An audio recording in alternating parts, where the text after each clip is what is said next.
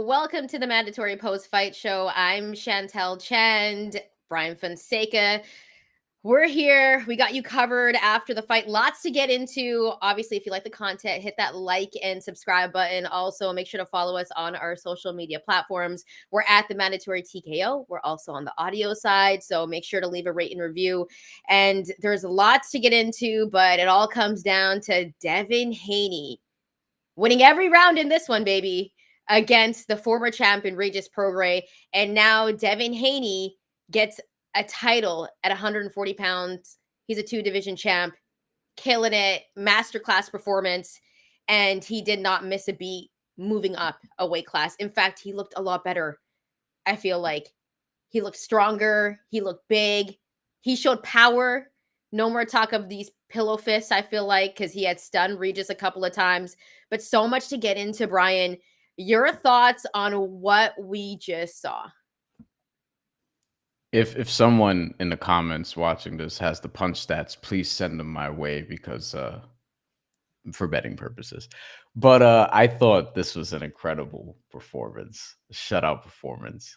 And we'll talk about Regis Prograis' hand in this performance or lack thereof in a second. Former guest of the show, friend of the show, but Devin Haney whooped his ass tonight. It just is what it is. He was sensational from the start. I think he won basically every round. He was amazing with his jab, as you mentioned, time and again, Shantelle, leading up to this fight. Devin Haney is one of the best jabs in the sport.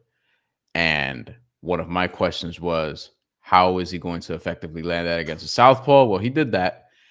And not only that, the body work that we saw against Vasily Lomachenko translated to this fight. And I just can't get over the way he made Regis Prograis look, considering the respect I have for Regis Prograis, long time, one of the best at 140, and completely just knocks him off that list. It's yet another one of these fights that we've gotten in 2023 that it looked like it could have gone either way going in, high profile, and it's just a complete one-sided ass whooping.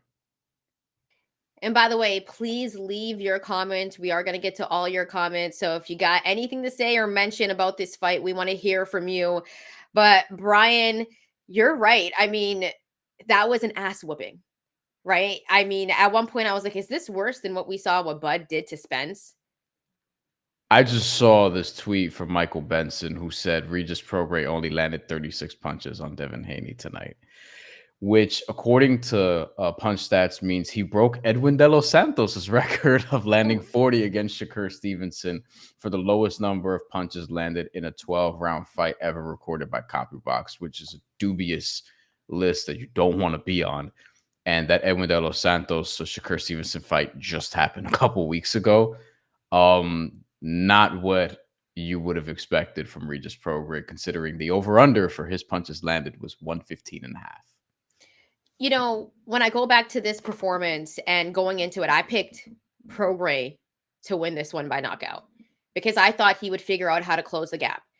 I thought his power was something that Devin Haney had not felt before. And I thought Devin Haney moving up a weight class, that might be a little bit of a significant jump. But at the same time, I take a look at those betting lines, Bryan, where I was like, this is disrespectful because Regis Prograis was a plus 300. But in that fight, Devin Haney did Devin Haney things. And he took away the left from Regis as well, right? He took away everything from Regis that Regis was possibly good at. And the one thing that really, really pissed me off during this fight was Regis fought the first round, like how the hell, like Regis did okay the first round, but he fought every round after that the same. And it's like, are you going to make an adjustment? Why are you trying to box him? What if you're clearly not closing the distance? So brawl him, fight him on the inside. But Regis didn't make any adjustments the whole entire time. And I think at one point, Regis just thought, hey, you know what? Let me get through to the championship rounds and then let me try to land a big one on him. But you're not closing the distance for like 10 straight rounds. You're not doing anything different. You're not doing anything. You landed 36 punches, right? So for me, as a Regis Prograis fan, where I was saying he was the best at 140 pounds, like Bryan, I've been saying that a lot. Like, since we started the show, I've said Regis Prograis is the best at 140 pounds. One of my favorite fighters. I cannot believe that no adjustments were made in this fight. That I think, and we saw it later on. Like, we saw it in round 11, we saw it in round 12. Like, Regis was like, "Oh yeah, I'm gonna go and get it now," and Yeah. he trying to be a little bit more aggressive. But you just can't do that because I don't think Regis has that raw one punch power that Tank does. Like, Regis kind of gets you with the 1-2, right? Like, he's going to try to break you down over time. And by the way, guys, we are going to get to all of your comments, so keep them coming. And we're starting with Tyrone because he donated. Okay. Oh, I gotta shut up then because Tyrone just gave us $5. So Tyrone, by the way, friend of the show, thank you so much. Masterclass. That's the way that you could describe Haney's performance for sure. And the one thing that I will say though is maybe it's not that Regis fought real. No, he didn't make any adjustments. I'm sorry, I can't say that. He didn't make any adjustments, but at the same time, it showed me how good Devin Haney was. It showed me how good Devin Haney was to come up to 140 and have a performance like that against a proven guy at 140 pounds who's done big things in that division, and to make Regis Prograis look like that. He dropped Regis Prograis. He stunned Regis Prograis. If Regis Prograis wasn't as tough as he is, if it was another boxer, I think he would have been up and out of there. I think Devin Haney could have got a stoppage. I think Regis's corner couldn't even thrown in the towel at one point. This was not a good performance for Regis, but I think it's more of how great of a performance it was for Devin Haney. To me, this was his best performance, Devin Haney's performance. By the way, if you're doing the math, Regis Prograis 36 punches landed total. That's 3 per round, and that's 1 per minute. So there's that. Okay, let's get to some more comments because we Yes. have a lot of the active chat tonight, which I kind of expected because this is a big fight that we're all excited about, and Devin Haney just completely showed us why he's a pound for pound guy. We're gonna go from earlier IMPK. I gained a whole new respect for Haney. I think a lot of people coming away from that will agree because there's been talk about Gervonta Davis and Shakur Stevenson. How does Devin Haney fit in that class? Well, he's moved up to 140 now, so the conversation should really be centered around Teofimo Lopez, and I don't think they're going to fight each other next necessarily. Oscar De La Hoya tweeted he's going to push for Devin Haney versus Ryan Garcia, which good luck to Ryan Garcia if that's going to be the case. Brewski, first comment, but longtime watcher of the pod. I prefer the term show, but thank you very much, Brewski, for your contribution. Regis never had a chance, and I really thought he did. I mean, I'm with Brewski. Yeah. I thought he had a chance. I took him to win this fight. And by the way, Brewski, we appreciate you. Thank you for rocking with the show. But you know what's crazy is that after he dropped him in the third round, I would have Regis like kind of picked it back up where I'm like, okay, like, he's not hurt. Like, he can still figure this out. But that just never happened. And Devin Haney continued to put on this masterclass performance. So let's get to a nerd friend of the show. Nerd usually brings some heat. Yeah. This was the easiest of fights to pick. Prograis, too old, slow, and one-dimensional. Jesus Christ. But when watching this, it does make me think, okay, because Regis struggled getting on the inside, which is the biggest thing here. Because I thought if he had any chance to win this fight, he had to be the bully early on, and he was emphatically not that. He had to get on the inside, make it ugly as he tried to do late when his trainer, don't know who that was, by the way, ... But his trainer told him, hey, you got to show us something, show us you want to be here, blah, blah, blah, blah, blah. And he started trying to make it physical, and Devin Haney seemed very unfazed by that because by that point, it didn't matter. He had already controlled the fight, and there wasn't anything Regis Prograis could have done outside of rocking him like Jorge Linares did to really, turn the fight. And even if he did, it would have been too late unless he got the knockout. I don't think Regis is too slow or too one-dimensional. I just think it takes a special performance to take out a guy like Devin Haney. And I'm not sure who's capable of that right now in the weight classes we're talking about, outside of maybe a Gervonta Davis, but I don't even feel like bringing up his name because I don't think they're going to fight each other. And Teofimo Lopez is, someone who's capable of greatness. We saw it against Josh Taylor. A lot of people thought that he was going to potentially lose that fight or not really have it. We didn't know where he was, and he turned out a special performance, one of the performances of the year.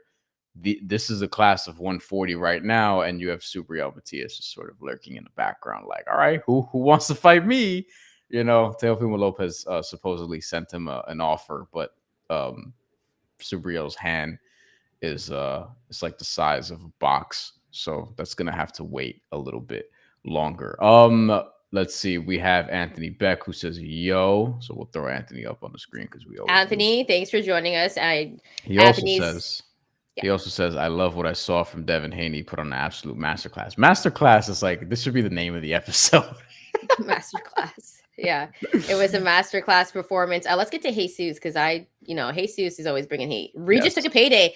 This is what I was thinking, Jesus. No, but Jesus isn't actually wrong because this is Regis's biggest fight. Other than Josh Taylor. Jesus is more cynical than me. I love it. This is what I was actually thinking though, because if you think about it, it is his biggest fight on the biggest stage, right? And they sold 16,000 at Chase Center, and Regis got paid in this fight. And like, I'm not actually mad at that comment. I do saying think he took a payday is like implying he took a dive. He didn't do that. He didn't take a dive. No, but you know what it is? It's also just like, I think we just didn't expect that type of performance from Regis. No, not at all. And you have to think, hey, he didn't have the best performance, but he got the bag. You know what I mean? So I understand that comment. It is cynical, but I can get down with it. Thank you, Jesus. It's just one of these things this year where, and I agree with Tyrone who says I'm surprised about the shutout. Me too, but it's just, this year's been so weird. Crawford Spence 50-50. Crawford busts his ass. Canelo Charlo. Not really 50-50, but that was a fight that a lot of people were talking themselves. Oh, does Charlo have a chance here? Just completely busted his ass. Tank Ryan. There were a lot of people who thought Ryan Garcia had a live, like real chance in that fight. Busted his ass. Naoya Inoue and Stephen Fulton. That was one that appeared to be 50-50 going into it. Not even close, right? It's just been weird. We've gotten a lot of these type of fights this year where the biggest fights of the year, the most high profile fights of the year that we think are going to be 50-50 bouts. And a lot of them have turned out to be just one-sided ass whoopings. It's just weird. Yeah, let's get to some more comments really quickly, and then we'll get into what's next for these guys. Suspicious Regis didn't fire left punching. Yeah, you know what? He took away the left. Devin Haney took away the left, though. Right? That's how good Devin Haney is. Nerd, we'll go back to him. Prograis has no right hook. That was his downfall. I thought there was a few times he also could have thrown an uppercut, too. And I was like, why isn't he throwing that uppercut? I don't think he was getting close enough to throw anything is the problem. Yeah. Like he couldn't close the gap. And but it's also the way he was fighting. Like he was trying to fight him at a distance.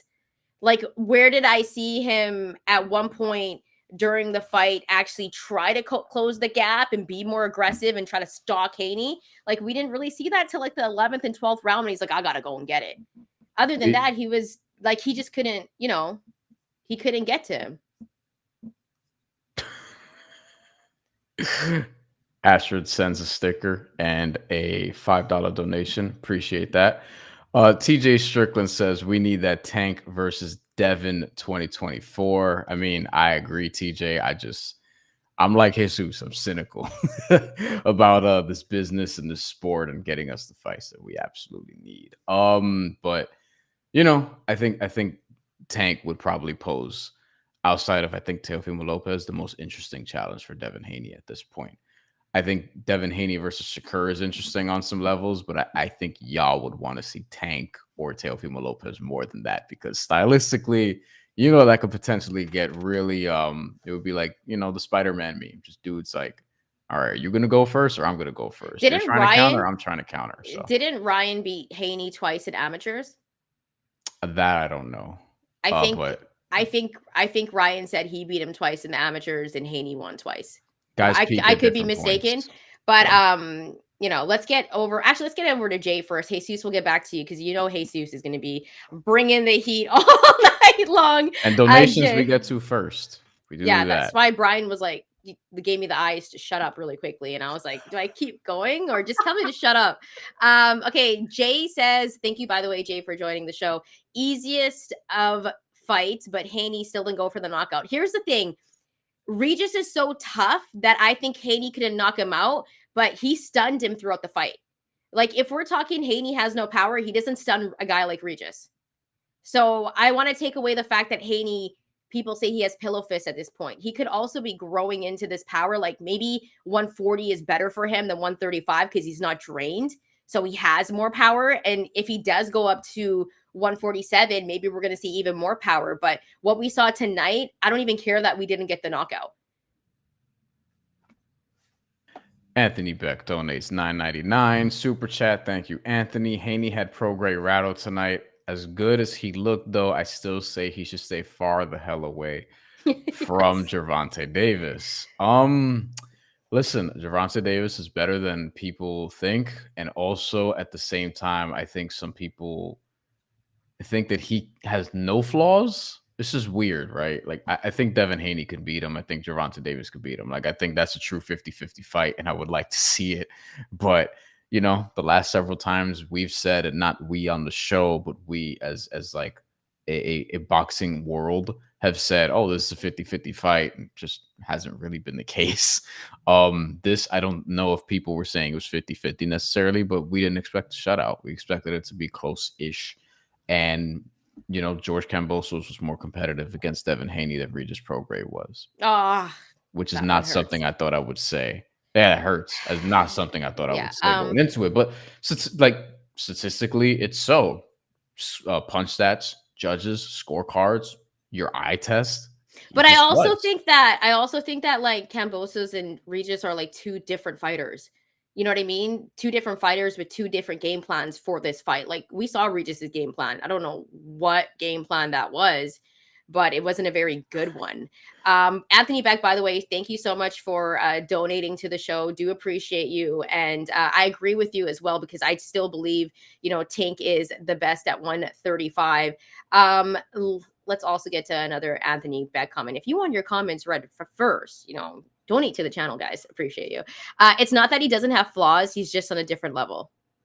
I do agree with that. I think, and I said this before for the preview, I was like, people are sleeping on Regis' skill. I think people are sleeping on Tank's skill, because like we saw what Tank did to Ryan, right? Like, totally reeled him in, landed a big one, boom, it was over.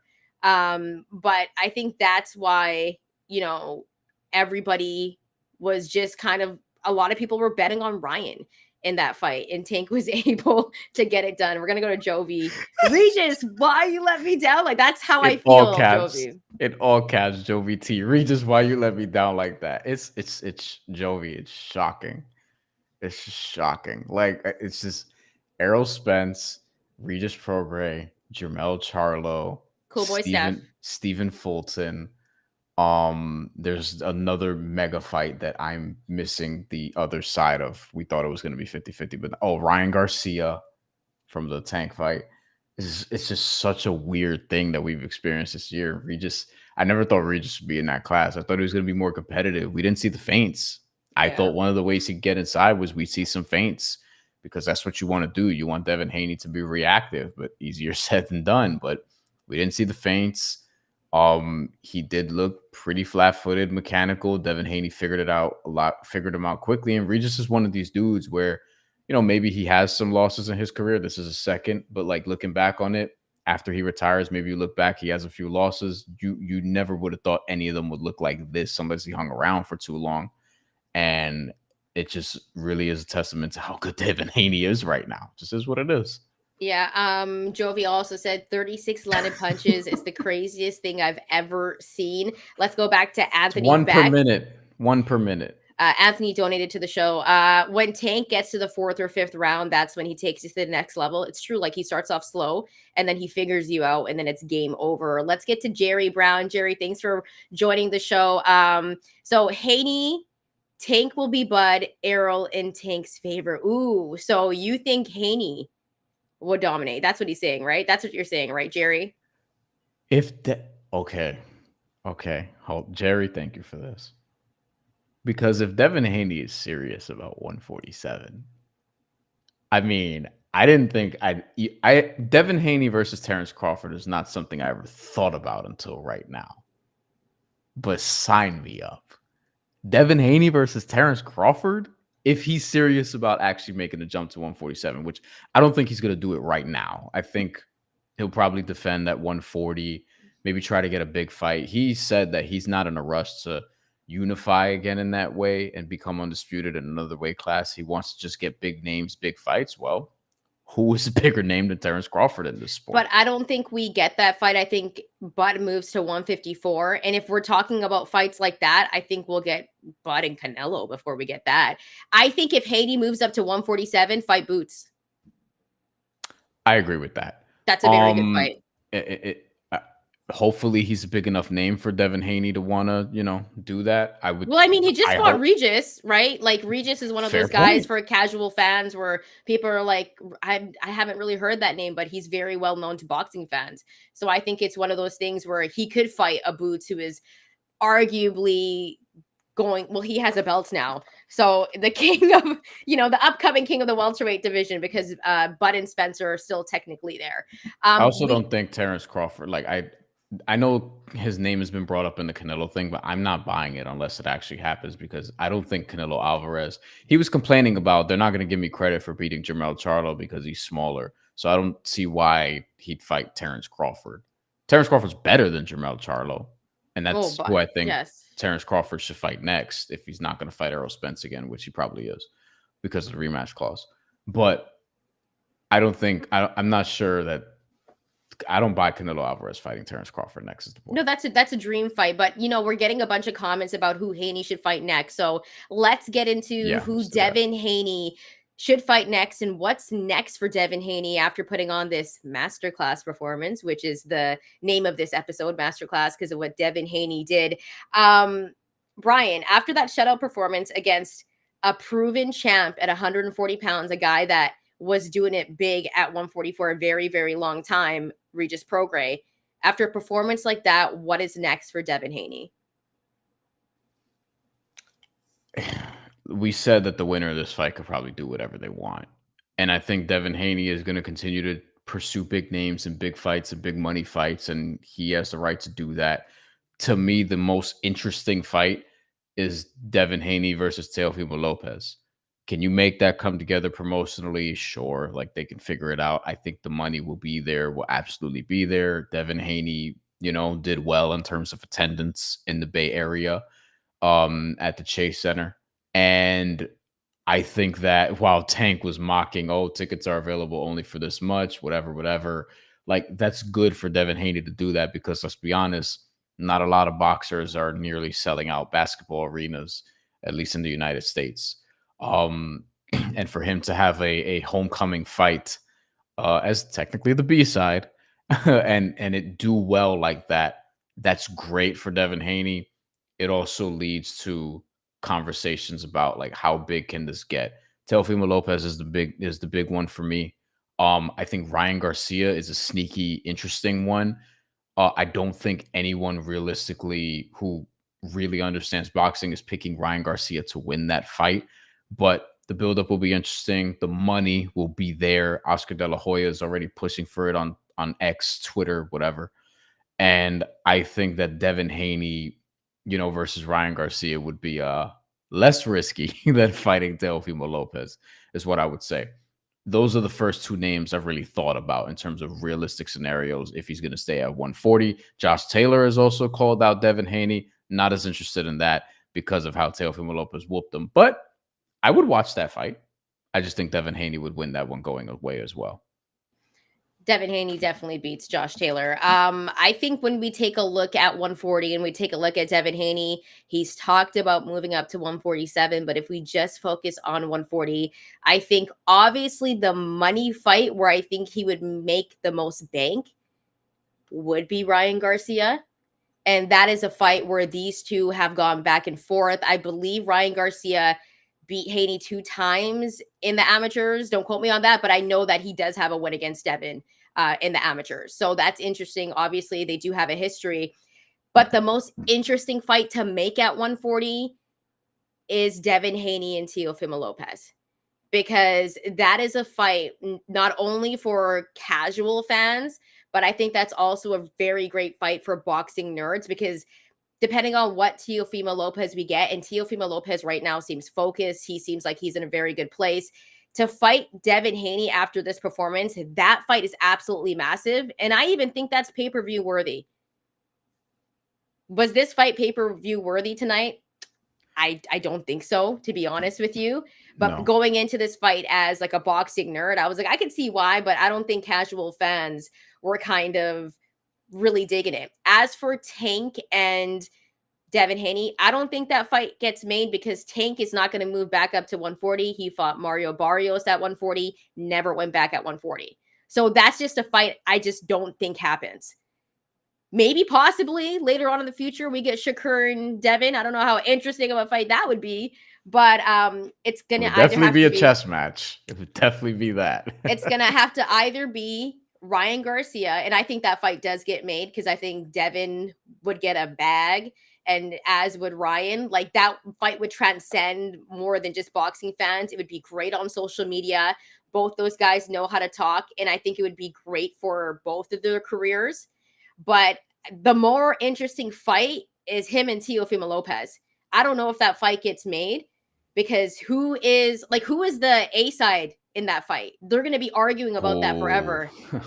That's the biggest question because is it Devin Haney who just did that to Regis Prograis, or is it Teofimo Lopez that made Josh Taylor, who was undisputed at 140, Who look beat like Regis Prograis, technically. yes, Even yes. though, did he really? That's But he beat him. questionable. Yeah. But like I think That's why the fight won't happen with him and Teofimo Lopez. I'm telling you right now, because right. I'm telling you that's why the fight's Because not going it's to gonna happen. become a pissing contest between Bob Arum and Eddie Hearn. Yeah, and Teofimo Lopez is going to want to be the A side. There was a fight recently that he just denied. What didn't he? Because he said he wanted more money. I don't remember. There, Teofimo Lopez you're talking about? yeah, he I was think it was supposed. Ryan Garcia. Yeah, and he was like, "I want more money" or Yeah. something like that because I'm that Which is dude. So crazy because I think he'd make a ton of money, but I don't know what the offer was. But I think regardless, like Devin Haney versus Teofimo Lopez is the fight to make. But if you had to ask me what is the fight that I think actually gets made next for Devin Haney, I think it's probably Ryan Garcia.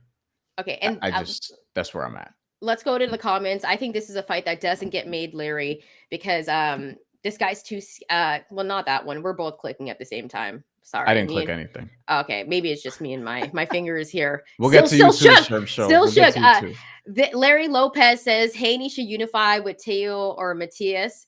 I don't think anyone's gonna fight Subriel Matias. I'm sorry, like he's too scary. I just don't think that fight's gonna happen. And then also like the name of the fight. I think it's too risky. Teofimo tried it apparently, so we'll see what happens. Maybe Teofimo Lopez Subriel Matias actually happens in April. If it all props to both guys, because we're giving Teofimo Lopez credit for potentially fighting Subriel Matias in that scenario. I mean, props to Subriel Matias too, because I mean, yes, it's a money fight and it's an obvious move. Teofimo Lopez is not an easy fight by any means. That's going to be dangerous, and betting wise, I'm fascinated to see what that line would open up as. Sherm Show says Haney versus Teo will be for Undisputed. I think Sherm Show, you would be saying, correct me if I'm wrong, that they'll probably rack up each another belt and then eventually come together and fight for all the belts. Haney beats Subriel and Teofimo beats, I guess, Rolly Romero, and we'll figure it out. But I don't look. I think Haney versus Teo and Lopez Rolly would be really good too. And Sherm Show says exactly. See, I got you, Sherm. All right. Jovi T points out Ryan and Devin are 3-3 in the amateurs. Okay, so I was close. I said they were 2-2, but yeah, I like whatever to me. I mean, Terrence Crawford, famously not like an amazing amateur boxer, and we've seen what he's become since. So, we'll see. I think Teofimo Lopez is the fight here, but let's quickly get into pivot real quick. And yes, IMPK did see Robeisy Ramirez. We may touch on that before we get up out of here, but we got to get to Regis Prograis for a second, because Regis Prograis lost his fight, and we are going to spend a couple minutes on what happens next, because they said he said he's going to keep it pushing and go for another belt, and he's getting up there in age. This is his second loss. He's lost to two great fighters, Josh Taylor, Devin Haney. At least one of them is a future Hall of Famer. I don't know if Josh Taylor is going to be that, but he was undisputed at one point. Yeah. Shantelle, where are you at with Regis Prograis right now coming out of this, and what do you think he does next? I think he tries to get another big fight, but I think after this performance, I think Regis needs to fight like a Jack Catterall or something like that. I think that's who Regis needs to fight, and then maybe he can get another big fight like a Teofimo Lopez, maybe a Subriel Matias. Maybe he goes down to Liam Puerto Rico. Paro? Liam Paro, That's I maybe? think Paro is a little dangerous. Like we were talking about it Can earlier, we and like just real quickly, Liam Paro on the co-feature knocking out Montana Love in the 6th round? Montana apologized, I saw on social media. But I do want to say one thing about Regis Prograis, though. Whatever he does at this point, it has to be career defining because what were they saying on the broadcast? Regis is 34. Has he lost it? That was a topic of conversation. And Mhm. as you know, as you get up in age, like you never know when that could go. Everyone's different. And Regis did not look like Regis, and he didn't look like Regis against Zaria either. So now there's all of these Mm. narratives about Regis Prograis. And it's interesting because it's like, what does he do next at 140? Because I don't think Teofimo Lopez goes and fights Regis Prograis after Prograis just lost to Devin Haney, right? I don't think that fight happens. Maybe he fights a guy, and if anyone can find him, can someone please find Jose Ramirez? Can like I want to know. I Okay, want to know so where he is. I want to know where he is. And Arnold Barbosa is going to be fighting in the new year too. Like they're both under, oh. they're both on DAZN. So maybe that's a fight that's easy to make, and that would be very good, not only for Regis, but it would be good for Arnold because Arnold's undefeated, right? That's a very good fight to make. Boxing nerds would love it. But if anyone knows where Jose Ramirez is, tell him we've been looking for him for a little while now. Nerd Brian, says Jack Catterall beats Regis Prograis. nerds, no, nerd. Me and you are usually on the same page, but I don't think so.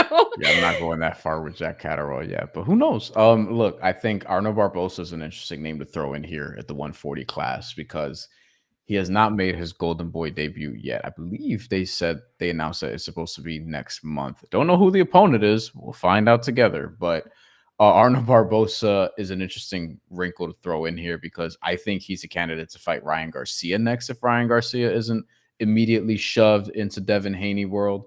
Um, Arnold Barbosa wanted to fight Regis Prograis. Said it in our show. Said that's the guy he wanted at 140 because he wanted the WBC title. He was like obviously a contender for that and still is.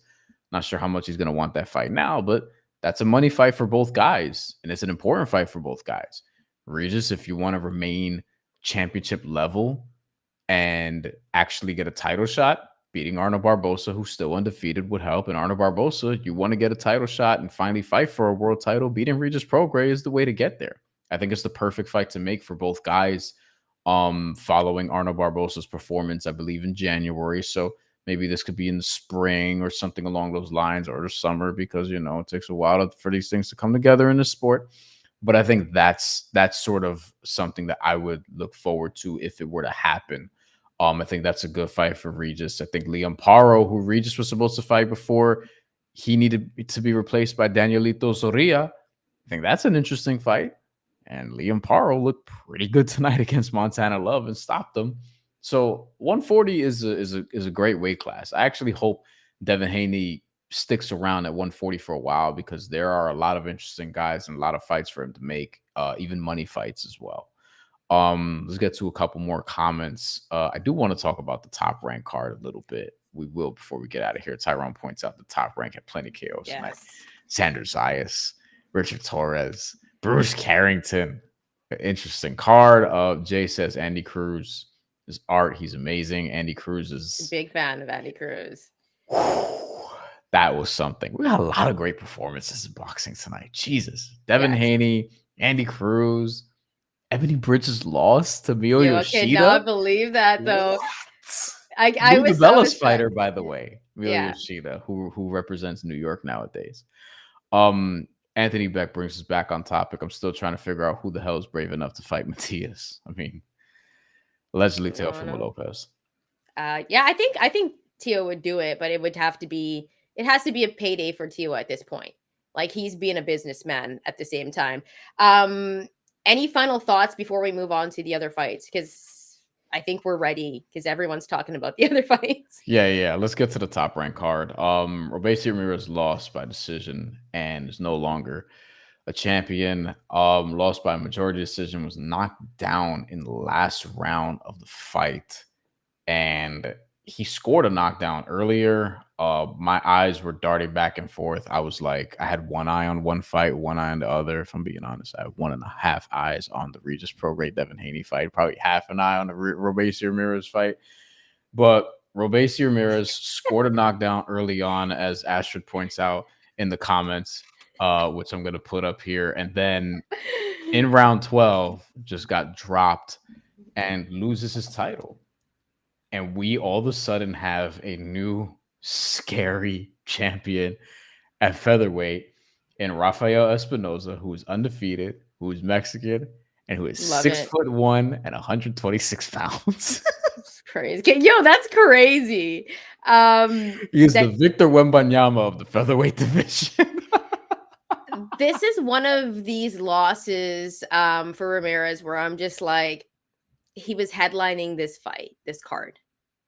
And to lose when you saw all the production that went into this, right? They're trying to build a superstar, this Cuban superstar. He cried with Mark Kriegel in the interview multiple times. It was so touching. I cried too. I was Mark like, this Kriegel's is so great. sad. Mark Kriegel's great. I want to get him on this show. Mark Kriegel's great. We'll try, y'all.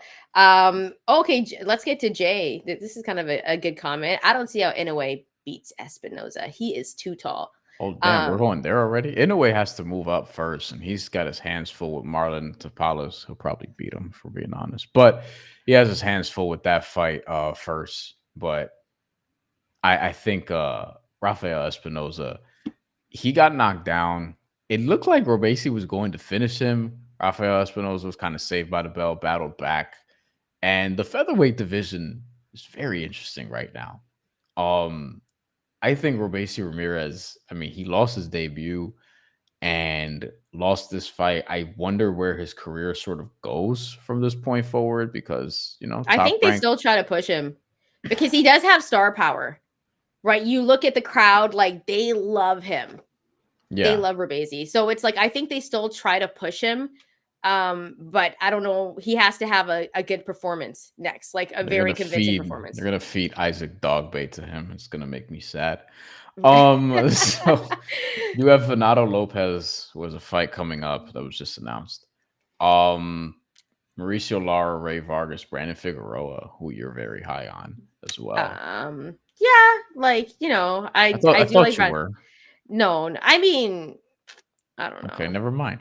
But you have he is good. You know, I'm not like the biggest fan of like they call him the Heartbreak Kid, don't they? Yeah, great. Okay. You're not the biggest fan of Brandon Figueroa. Never mind, guys. But you have a division that is interesting because I don't think there's any dominant like Robeisy Ramirez. You could have made the case was the best featherweight. I probably wouldn't have, but you could have made that case leading up to this fight. And now it's here. To me, I was actually more interested in some of the undercard bouts because Xander Zayas looked great again. He's figuring it out. He's putting some things together. And I think he's going to get a title shot in 2024. Not early. It's going to be late in the year. And it might be against Tim Tszyu. We'll see. But Xander Zayas is they need to get him real competition. It seemed like he's going to fight Patrick Teixeira next, which is an interesting fight. Yeah, that's a very interesting fight. But what I saw from Xander Zayas was prior to this fight, he had a fight where a lot of people were hating on him. And there were so many questions where they're like, can Zayas be that guy? Right? There were questions about Xander Zayas. They're like, we don't know if he could be that superstar. What we saw tonight, Xander do, other than what Devin Haney did, that was the performance of the night. You saw it. You saw the power. You saw the speed. You saw him cut off the ring, and he looked big in that ring. He looked big. He wasn't tired. And then the best part, I texted Bryan right away, was just how humble he was after the fight. Right? I was like, he's so sweet. Oh my God, this is so nice. I don't know. I just think he's a good kid. And I think that he has the ability to be a superstar. Yes. I think he has the ability to. Because he's good enough. It's not just the marketing. It's not just he's young. He's good enough. He's that good. I think he has all the attributes. Like, he's a great boxer. He has so much potential. I think he's going to be, like, I don't want to put, like, go too far Yeah, ahead right now. he's 21. But Let's, yeah, okay, I think he could be like a 2-division champ. Like, if you yeah, like, right, he yeah. could be a 2-division champ. He's gonna be a middleweight when he's in his mid-20s. And just the performance that he put on was just amazing. And that's what you want to see from a young guy like that. And I also think that you can market him really well. Yeah, they're bringing him to New York supposedly in February, which I'm gonna try to be there because it's just come on, duh, you know what I mean? But also, You didn't get that DR flag back there though. You think I didn't notice? You didn't put that up there. she's working on it. Get those Look, Amazon orders in. You feel me? Xander Zayas versus Virgil Ortiz, a future super fight nerd, comments. I want to see Virgil first because we haven't seen him in a while. He's gone through Don't some be health a things. hater, yo. But it's true. It's been a minute. Yeah, Virgil's coming back in the new year. Hopefully, he That's has what to they're make saying. it to the fight first. New weight class too. It's just He can't fight. He can't fight at welterweight. We got to see where he's at mentally too, because he said some things recently where it's like, yo, like, take care of yourself. Before getting back in the ring. Tyrone Gray says good body shot. I agree. That's the thing. Every Puerto Rican's got a left hook. Xander Zayas got one. Miguel Cotto got one. Amanda Serrano got one. Felix Trinidad got one. Even I got one. You know what I'm saying? Like, you got a left hook? Yeah. It's not better than mine. Let's get to this comment really quickly. By the way, I talked about my left hook to Bryan like all of the time, so that's why I say that. He says, what is the biggest hurdle to overcome so that Haney and Tank happens? Well, Tank has to decide that he wants to move up to 140, because I don't think Devin is going to ever move back down. And to be honest with you, Darby, I don't think Tank is going to go back up to 140. He said he didn't feel comfortable there. He'll probably be like, let's fight at a catch weight, 136. Like, I don't know. I just don't I don't think that fight's ever gonna happen. It's a great observation, Darby. But I Chantel's on the ball here. Like, I agree. I think that's all it is. And I think Tank, for what it's weird that Tank doesn't want to come up to 140, but I mean, bigger dudes, it is what it is. Joe VT, Robesi versus full. I'm not gonna read that comment from Anthony. He donated. What are you talking about? He didn't donate for that comment. No, he don't. I like once you donate, you get all your comments up first. My left hook is accurate. Okay, it's pretty accurate. No power. I don't think there's any power in it though. That's bullshit. I saw your bag work. Okay. So? No, but there's no power in it. That's not even true. What are we doing? I'm just saying. All right, Joe VT, bullshit. Joe VT, Robesi versus Fulton next. Stephen Fulton did say, 126. I don't know where that's gonna be.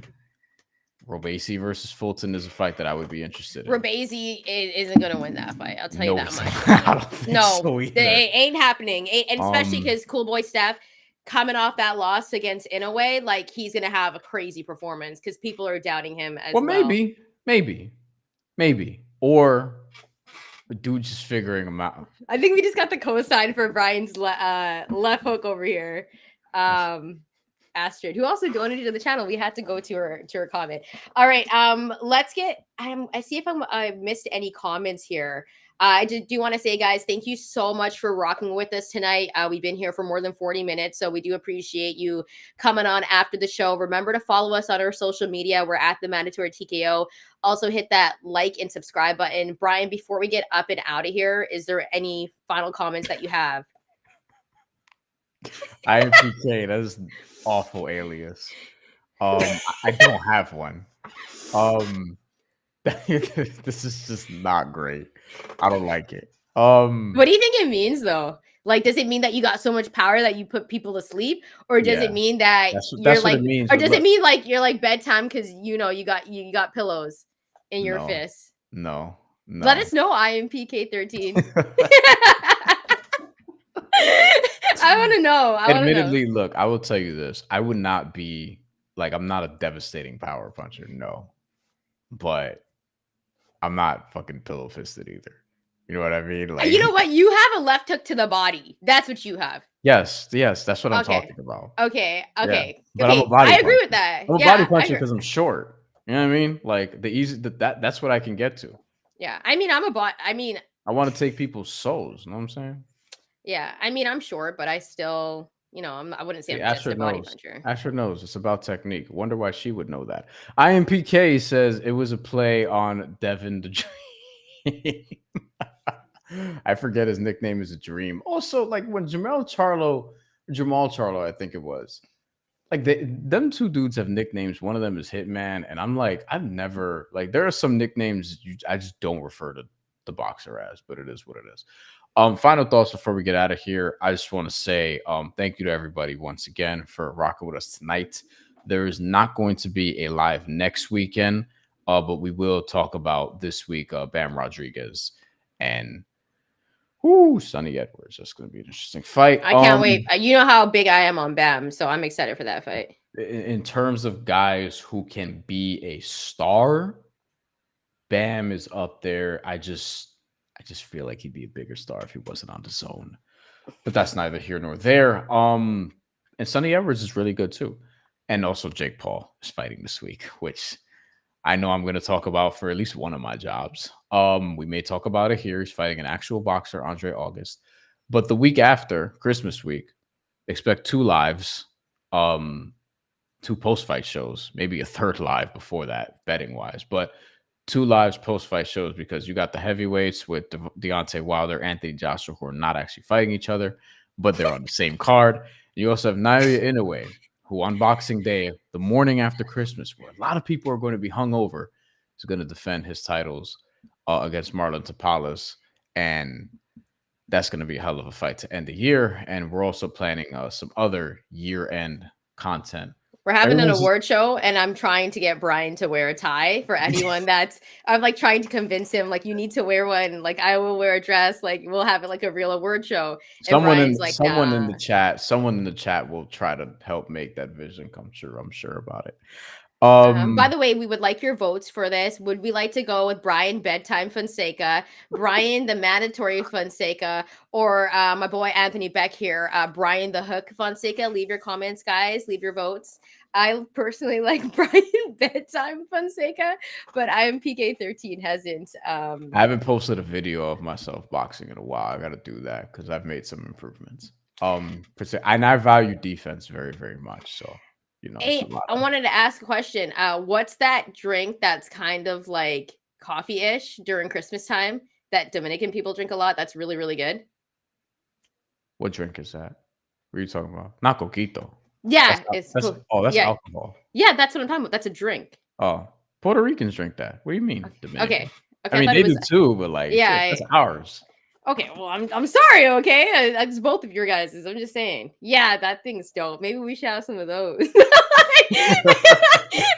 Well, while we do this award show, but I do want to say thanks so much for everyone for rocking with us. Love the comments, and Tyrone has your back here. He says that's a PR drink.